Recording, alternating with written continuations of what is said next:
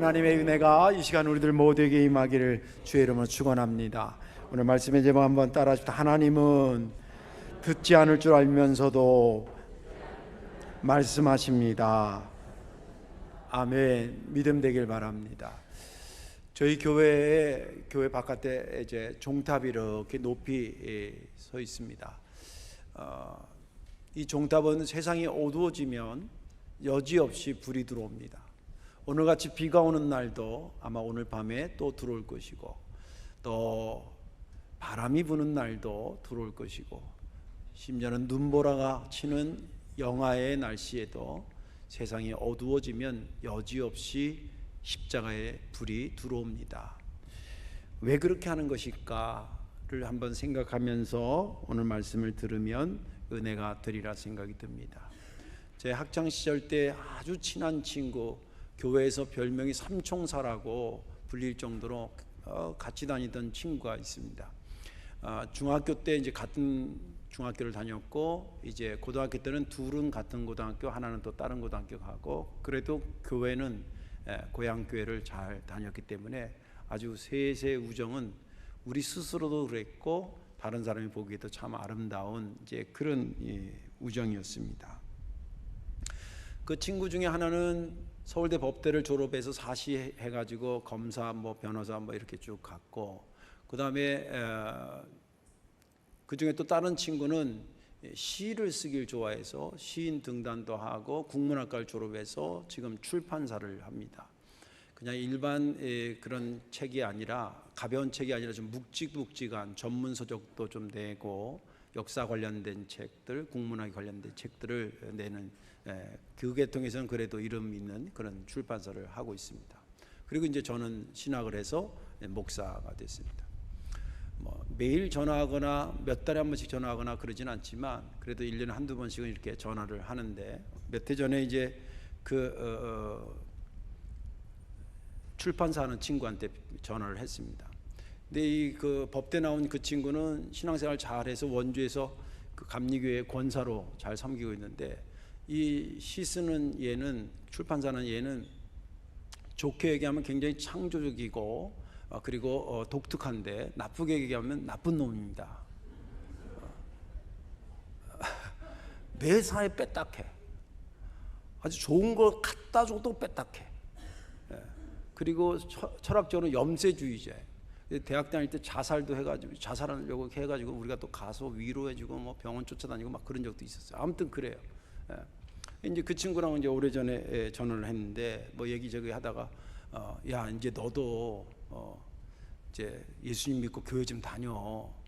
그랬더니 그동안 자기가 알고 있던, 수집했던 교회의 안 좋은 이야기들을 모아놨다가 다 나한테 쏟아붓는 거예요. 교회가 타락했다는 둥, 목사가 세속화됐다는 둥, 막 이래요. 그래서 내가 맨 처음에는 그래, 미안하다, 내가 기독교를 대표해서 미안하다, 사과할게, 실제 그랬어요. 그런데 네가 생각하는 처럼 모든 교회가 그렇게 타락한 게 아니야. 그리고 모든 목사님이 다 그런 거 아니야. 네가 아는 그거는 우리나라에 있는 수만 명 목사 중에 진짜 상위 1%에 들어갈 그 정도의 목사님들이 거지, 대부분 그렇지 않아. 그러면 이 친구도 그래? 그리고 말을 좀 내려야 되는데 더 엔진을 가동해가지고 그냥 따발총으로 막 하는 거예요. 그때 내가 참았어야 되는데, 그러니까 그냥 나도 뚜껑이 팍 열린 거예요. 야, 네가 그럴 수 있어? 너 엄마 학교 다닐 때 그래도 너 교회 다녔잖아. 그리고 너 위해서 담임 목사님이 얼마나 기도 많이 했어. 그리고 네가 나 저기 친구가 목사 해가지고 지금 몇십 년 나 하는 목회하는 거 보면서 네가 어떻게 그런 얘기 할 수 있냐고. 너는 온전해 새끼야. 내가 걔 비리를 여러 가지 알거든. 전화 끊어. 잔소리하지. 사람 인간이 돼야지 이 새끼가. 그 전화기 팍 끊었어요. 진짜 전화할 생각이 안 나는 거예요. 그 이제 한 1년인가 이렇게 지났는데 그 다른 친구, 이제 법대 다녔더니 그 친구가 전화 왔어요. 야, 걔 있잖아. 그 친구 출판사. 얘 큰 수술을 앞두고 있더라요. 또 그러니까 또 마음이 약해지잖아요. 전화 안 하기로 했는데 전화를 했지. 그래서 야 어떻냐, 또 그 전에 있었던 거 다 잊어버린 것처럼 해가지고 어떻냐, 무슨 수준이냐 이렇게. 그래 내가 기도할게. 그때 또 기도하지 말라는 말은 안 하대. 지도 워낙 급했는지. 그리고 이제 또 어저께 설교를 준비하는데 이 친구 얘기를 하려니까 또 마음이 이렇게 짠한 거예요. 그래서 또 전화했어요. 또 오래간만에 전화를 했습니다. 뭐 이런 얘기 하다가 뭔 얘기 하다가 연금 나오고 목사들 예우 어떻게 하냐 뭐 이런 얘기 하다가 우리 교단에서 40년 이상 목회해도 최고 많이 받는 분이 한 달에 80만 원밖에 못 받아. 그러니까 교단이 뭐 하고 있는 거냐고 막 이래요. 항상 비판적이야 걔는. 그래서 내가 그랬어요. 야 그러지 말고 네가 교회 다녀서 돈 출판사에서 잘 번다며 헌금 좀 굵직굵직하게 해가지고 목사님 한두 분이라도 도와줘. 그랬더니 교단이 못한다는 거지 지가 하고 싶다는 건 아니라는 거지요. 그리고 전화를 끊었습니다. 인간적인 마음 같아서는 진짜 더 이상 하고 싶지 않아요. 예수 믿으라는 말도 하고 싶지 않고 교회에 대한 또 하나님 말씀에 대한 이야기를 하고 싶지 않지만 내가 믿는 저분이 전혀 그 뜻을 접질 않으시니까, 내가 믿는 하나님이 그런 뜻을 접지 않으시니까 제가 어떻게 하겠어요? 또 여러분들도 어떻게 하겠어요? 지금 이렇게 해서 대상만 다르고 상황만 다르지 아마 여러분들도 여태까지 몇십 년 하면서 그게 남편일 수도 있고 자식일 수도 있고 친구일 수도 있고 직장 동료일 수도 있었고 이런 경우들 한두 번씩 다 겪어봤을 거예요. 아멘이죠. 안 겪었으면 회개하세요. 제가 가끔 교인들한테 얘기 들으면 너 그런 얘기 하려면 전화 걸지 마, 막 이런 친구도 있던데. 아무튼 하나님은 듣지 않을 줄 알면서도 하나님의 말씀을 전하시는 분이십니다. 믿으시기 바랍니다. 오늘 본문에 있는 말씀은 이스라엘 백성들이 바벨론 포로로 잡혀갔을 때의 포로 시기에 하나님께서 임하신 말씀입니다. 포로로 잡혀갔을 때 에스겔도 포로로 같이 보냅니다. 사실은 에스겔의 믿음이라든지 뭘 보면 그 사람이 포로가 포로가 됐다가도 그 믿음이나 그 사람 같으면 얼른 풀어줘야 될 사람인데 하나님이 그 사람을 같이 포로로 보내면서 포로된 상태에 있었던 에스겔에게 임한 말씀이 오늘 본문에 있는 말씀입니다. 사실은 오늘은 에스겔서 2장부터 본문으로 보고 있는데 시간 관계상 3장 1절에서 11절까지만 읽었습니다. 주님께서 그런 거예요. 에스겔아, 보니까 손에 두루마리 성경이 적혀 있는 겁니다. 하나님 말씀이 적혀 있는 가죽에다가 써가지고 뚫뚫 말아가지고 옛날엔 그게 성경책이었거든요. 그 두루마리를 이렇게 보여주면서 내가 이거 너한테 먹여줄 테니 받아 먹어라. 잘 받아 먹고 네 배에도 채우고 네 창자까지 가득 채워라. 그러면서 그 두루마리를 입에 넣어 먹여주시는 겁니다. 근데 그걸 먹었는데 그 두루마리의 맛이 꿀처럼 달더라 그랬습니다. 그러면서 하나님께서 말씀하신 것처럼 네 입에 그렇게 꿀처럼 단 그리고 네 배를 채운 이 말씀을 내 백성에게 가서 전해라. 그런데 그들이 잘 듣지 않을 것이다. 그래도 가서 전해라. 내가 너에게 전하라고 하는 것은 다른 언어를 쓰고 다른 어려운 말을 쓰는 자에게 보내는 것이 아니라 너랑 똑같은 말을 하는 사람들에게 보낸다. 그들에게 가서 내 마음이 이런 마음이고 내가 너희들에게 하고 싶은 마음이 이런 말이라고 하는 것을 꼭 전해주라. 너의 말을 듣지 않을 겁니다. 너의 말을 듣지 않을 거다. 그것은 곧 내 말을 듣지 않겠다라고 하는 그들의 표정일 것이다. 그들은 얼마나 이마가 두껍고 그 마음이 단단한지 네 말을 하나도 귀담아 듣지 않을 것이다. 그래서 내가 그에게 갈 수 있도록 너의 이마도 내가 단단하게 만들고 네 마음도 내가 든든하게 했으니 그들이 비록 반역한 자라도 두려워하거나 무서워하지 말고 가서 복음을 전하라. 그들이 듣든지 듣지 않든지 낙심하지 말고 두려워하지 말고 그들에게 전해서 나 여호와가 너희들에게 무엇을 말하고 싶은지를 가르쳐 주도록 해라. 이것이 오늘 본문의 전반적인 이야기입니다. 지난 주간에 저는 이 본문을 보면서 7절 말씀을 유심히 보게 됐습니다. 7절 말씀. 그러나 이스라엘 족속은 이마가 굳고 마음이 굳어 내 말을 듣고자 아니하리니 이는 내 말을 듣고자 아니함이니라. 왜 이 말씀을 깊이 보게 됐냐면, 하나님이 말씀을 하면 선지자를 통해서 보내서 들으면 저들이 잘 들을 수 있도록 마음을 좀 이렇게 변화시켜 놓고 전하게 하시던지, 아니면 그 중에서 반이라도 듣게 만들고 보낸든지. 하나님이 전능자 하나님이시잖아요. 그런데 하나님이 뭐라 그러냐면, 그런 얘기라도 안 하면 모르겠는데, 야 가서 내 말을 전해라. 그래도 걔네들이 안 들을 거야. 안 들을 걸 뻔히 알면서 왜 보내시냐고요. 한번 생각해보세요. 이게 효율적이지 않잖아요. 그들이 안 들을지 들을지 모르겠는데 가서 한번 얘기해봐. 이건 내가 이해가 돼요. 아니면 하나님이 전능하신 하나님이니까 에스겔아 네가 가서 전하면 그들이 딱 알아들을 거야. 그래서 보내는 거면 내가 이해가 돼요. 근데 하나님 말씀하시기를, 이게 앞장까지도 다 연결되는 거예요. 가서 그들이 안 믿을 거라는 게, 네가 말하는 거 내 말 안 믿을 거라는 거예요. 안 들을 거라는 거예요. 그래도 너는 가서 하라는 거예요. 듣든지 안 듣든지 그거 연연하지 말고 가서 전하는 거예요. 그게 아주 저를 힘들게 했습니다. 네. 저를 아주 힘들게 했고, 이거 교인들도 참 힘들겠다.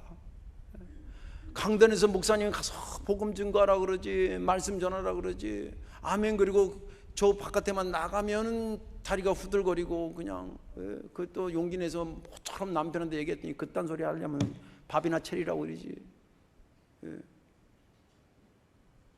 하나님이 대체 왜 그러시는 건가? 그들이 뻔히 듣지 않을 줄 알면서도 왜 자꾸 보내시는 건가? 이거 깊이 묵상하면서 제 마음에 이렇게 은혜가 되고 또 죄송스럽기도 하고, 그런 마음들이 막 이게 교차됐습니다. 오늘 말씀에 저와 여러분들 은혜 받으시고 이러시는 하나님의 심정을 이해하시고 그 심정을 가지고 듣지 않더라도 여러분들이 들은 말씀을 전해주시는 저와 여러분들 되시기를, 그런 말씀의 사람 되어주시기를 주님의 이름으로 축원합니다. 하나님은 왜 듣지 않는 줄 알면서도 말씀을 전하라 그러는 것일까? 그 첫째는 포기할 수 없는 깊은 사랑 때문입니다. 포기할 수 없는 깊은 사랑. 에스겔서 2장 5절과 에스겔서 3장 4절을 보겠습니다. 에스겔서 2장 5절을 보면 그들은 패역한 족속이라 그들이 듣든지 아니 듣든지 그들 가운데에 선자가 있음을 알지어다. 이건 3장 11절에도 그대로 반복됩니다. 듣든지 안 듣든지. 에스겔서 3장 4절 그가 또 이르시되 인자야 이스라엘 족속에게 가서 내 말로 그들에게 고하라. 이 두 말씀 안에는 이스라엘을 포기할 수 없는 하나님의 깊은 사랑이 담겨져 있다. 먼저 2장 5절 말씀을 보면은 여기 이 두 기절에는 하나님 말씀을 치질이 안 듣는 이스라엘 백성과 하나님 말씀 듣고 그 말씀을 전하려고 하는, 믿음에 살려고 하는 선지자 에스겔이 등장합니다. 이것을 따로따로 언급하는 게 아니라 한 문장 안에 기록하고 있어요. 한 문장 안에 있다는 것은 한 상황 속에 같이 뒀다는 거예요. 이건 무슨 말이냐면 이스라엘 백성들이 포로로 잡혀갔는데, 아까 서두도 얘기했지만 포로로 잡혀갔는데 이 에스겔은 예루살렘에 남아있는 사람이 아니었습니다. 그 포로 가운데 포로가 돼도 건져내와야 될 그런 믿음 좋은 에스겔을 포로로 같이 보냅니다. 이런 맥락을 여러분들이 이해하면서 오늘 본문을 읽어야 됩니다. 이사야나 예레미야 때에 벌써 이미 예언된 겁니다. 너희들 이렇게 우상숭배하면 안 돼, 하나님 말씀 안 들으면 안 돼, 계속 경고합니다. 이거 너희들 계속 듣지 않고 계속 이렇게 했다가 너희들 포로로 잡혀가. 그런데도 안 들었다가 마침내 포로가 되고 말았습니다. 말씀하신 대로 그대로 모든 것이 끝난 것처럼 보였습니다. 그런데 끝나지 않은 유일한 한 가지가 있었는데, 그것은 뭐냐면 그들을 향한 하나님의 사랑이 끝나지 않았습니다.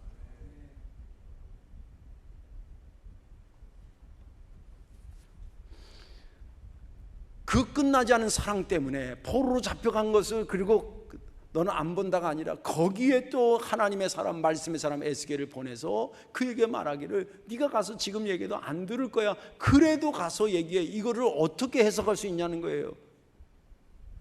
하나님의 포기할 수 없는 사랑이라고 하는 것을 대입하지 않고는 해석이 안 되는 거예요. 이건 비효율적인 거예요. 들어먹지 않는데 그 시간에 왜 거기 가서 그 얘기를 하냐고. 우리 같으면 들어먹는 사람, 아니면 모르는 사람한테 가가지고 그 시간에 하는 게 홀랐지요. 효율적으로 친다. 그런데 하나님은 그러지 않았다. 포기할 수 없는 그분의 사랑이 있었기 때문에 그를 그렇게 보내는 것이었습니다. 또 3장 4절에도 보면 내 말을 그들에게 고하라, 이 말씀 안에도 하나님의 포기할 수 없는 사랑이 담겨져 있는데, 여러분들 제가 물어볼게요. 누구한테 좋은 말을 몇 번 얘기했는데 죽어라고 안 들어? 그럼 더 이상 말하고 싶어요? 계속 더 말하고 싶어요? 솔직히 더 이상 말하기 싫잖아. 너 죽으라고 말 안 듣다가 너 죽는 수가 있어 이러고 싶잖아 그냥.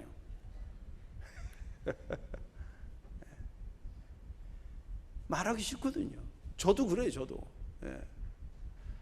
근데 하나님이 안 그러시는 거예요. 하나님이 안 그러시는 거예요. 여기 나오는 거 아니에요. 내 말을 그들에게 고해줘라는 거예요.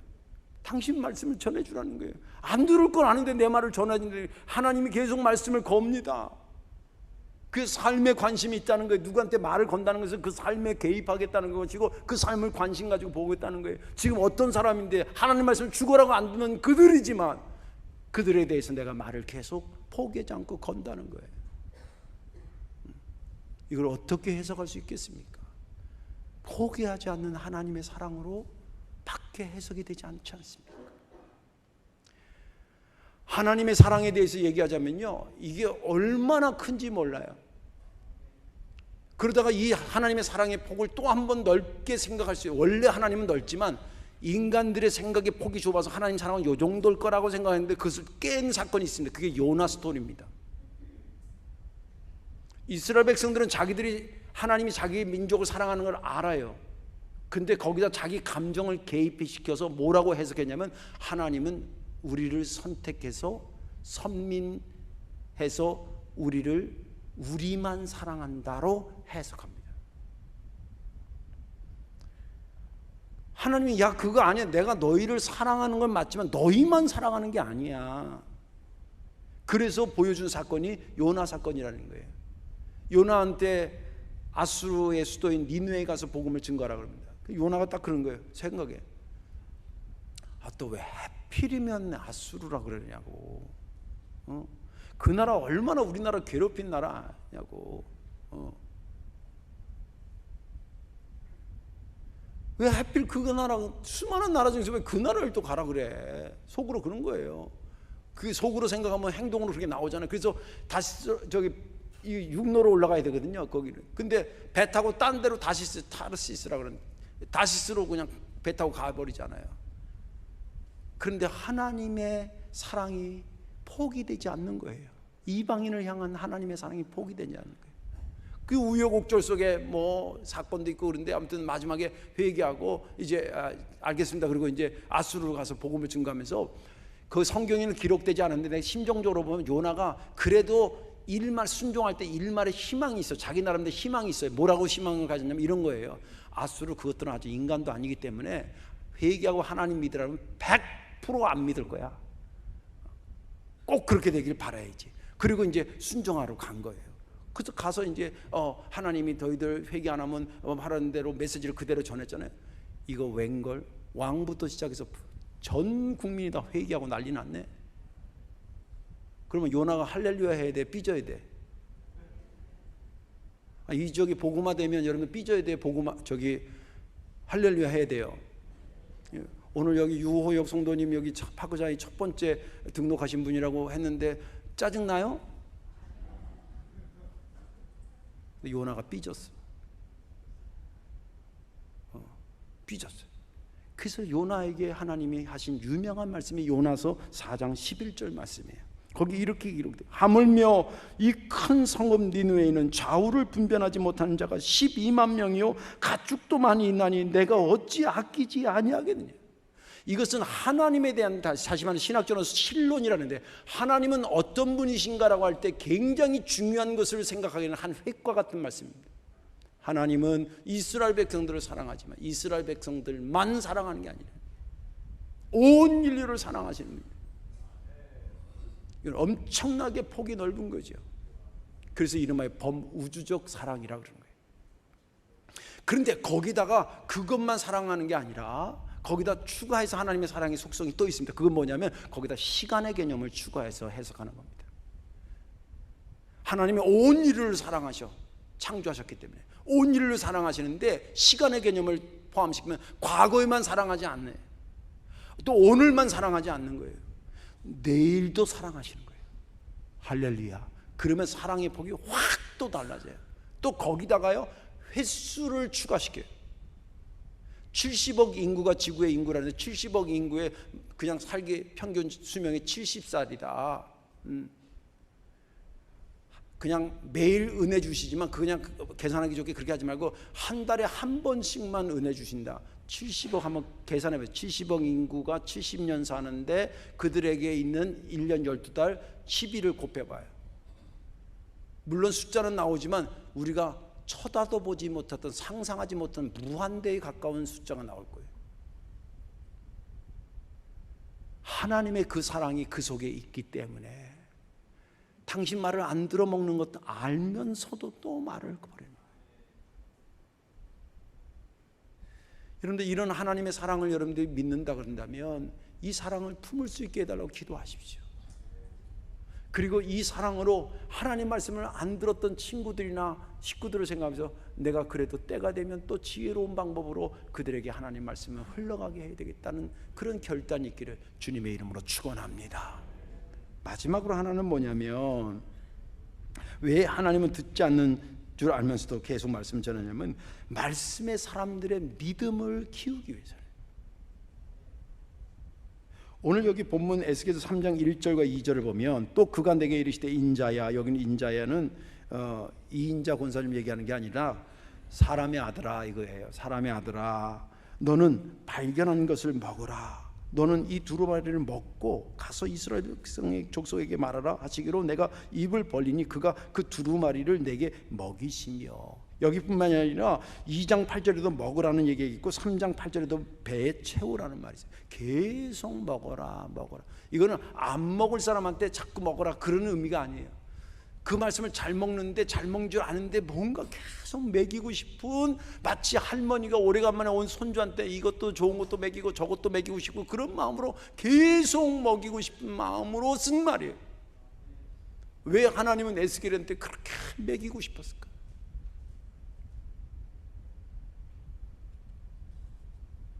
당시의 말씀의 상황으로 본다면, 당시를 보면 지금도 그렇지만 이 당시에 이스라엘 백성들의 말씀의 상황이 뭐냐면 하나님 말씀을 잘 들으려고 하는 시대예요, 듣지 않으려는 시대예요.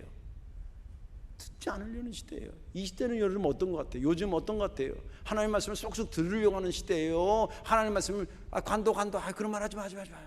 야 밥맛 떨어져 밥맛.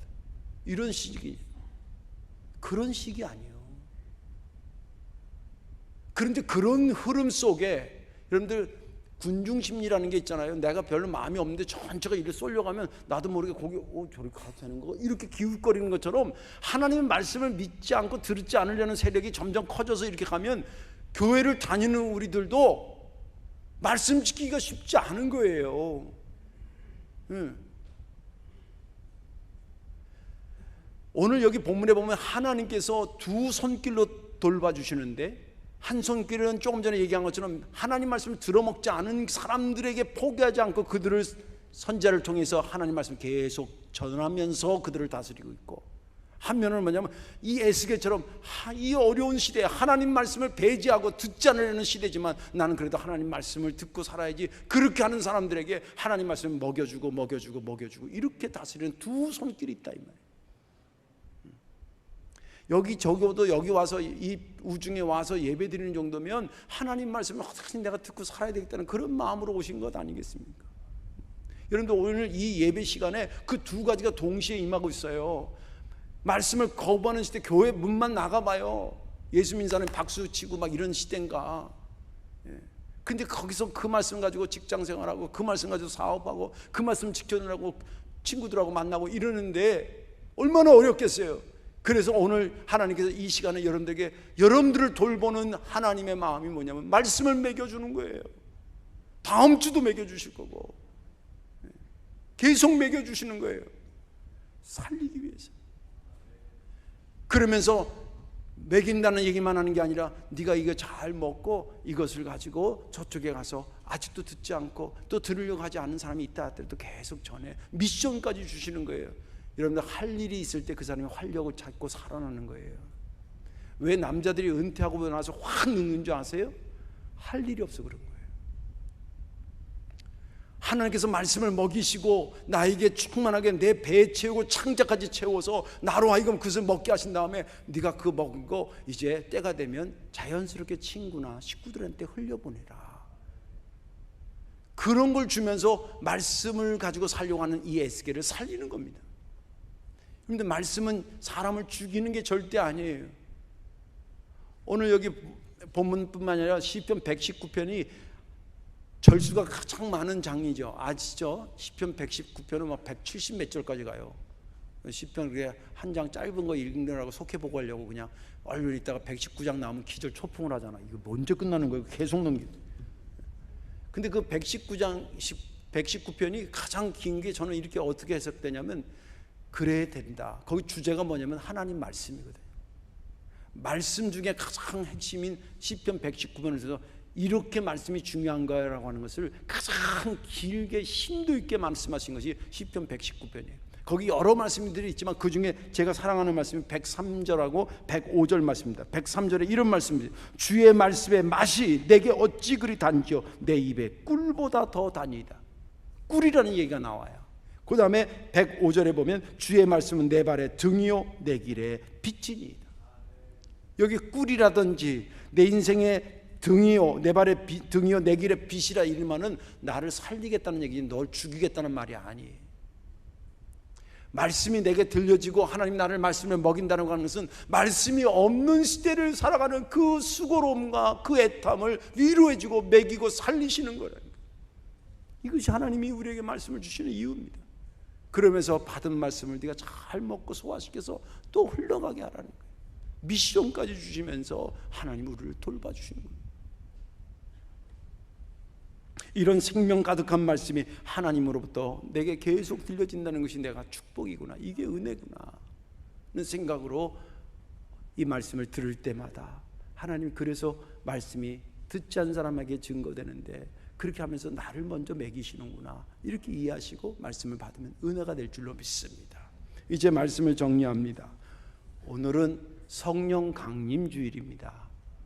성령님께서 오셔서 너는 현재 어떤 존재고 너를 온전케 하기 위해서 예수님이 십자가에 돌아가시고 부활하시고 그분이 네 인생을 어디로 가야 될지를 가르쳐주시니 이제는 네 생각으로 네 인생을 살지 말고 성령 하나님과 손잡고 그분이 감동되는 대로 따라 살아라. 그동안 네가 일로 막 가고 싶다 그러더라도 성령님이 거기가 아니고 이쪽이라면 이쪽을 향해 가는 게 성령 충만한 거다. 이것을 확신하는 시간이 성령 강림 주일입니다. 예. 말씀도 마찬가지. 저는 몇 번 전하고 그 귀담아 듣고 안 하면 그냥 쳐다보기 싫을 수도 있어요. 실제 그래 진짜. 예. 말씀 전하는데 가장 선봉에 쓴 게 목사잖아요. 예. 전했는데 안 듣고 막 이러면 짜증나고 더 이상 해주고 싶은 마음이 싹 사라져요. 그래서 골방에 와서 더 이상 안 하겠다 그러면 하나님께서 안 그러시는 거예요. 야 그래도 가서 해야지. 그러면 또 추스려서 가서 또 전합니다. 이게 성령의 인도함을 받는 자의 삶이에요. 저만 그러겠어요? 여러분들인들은 안 그러겠어요? 그 성령님께서 여러분들 마음에 먹이시면서 그래도 너를 통해서 하나님 말씀이 흘러가게 해야지. 그리고 인도하실 때 왜 나한테 그러냐고 제 생각에는 그게 틀렸다고 생각한다고 그러지 마시고 아멘입니다. 제가 부족하지만 순종하겠습니다. 그렇게 여러분들의 마음을 잡고 말씀의 사람이 된다고 한다면 그게 성령 충만한 사람이고 그것을 위해서 하나님께서 계속 말씀을 주시는 것입니다. 아무쪼록 하나님께서 믿지 않고 듣지 않는 자들에게 포기하지 않고 계속 말씀을 여러분을 통해서 흘러가게 하신다는 것을 감사히 여기고 말씀의 사람으로 살아가시기를 주님의 이름으로 축원합니다. 기도하겠습니다. 고맙고 감사하신 아버지 하나님, 하나님 말씀을 증거하는데 잘 들으면 전하는 저도 힘이 나는데 듣지 않고 거부하고 밀어내면 인간적인 생각에 정말 짜증도 나고 더 이상 너한테 말하고 싶지 않다는 생각도 수없이 듭니다. 그러나 오늘 본문을 보면서 다시 한번 내 자신을 돌이켜보게 하시고, 하나님이 그러신데 우리가 어떻게 하나님의 뜻을 꺾을 수 있겠습니까? 이 말씀을 마음에 잘 받아 하나님, 이 시대에 말씀을 거부하는 시대에 말씀의 사람으로 살아가게 도와 주옵소서. 예수님의 이름으로 감사하며 기도하옵나이다. 아멘.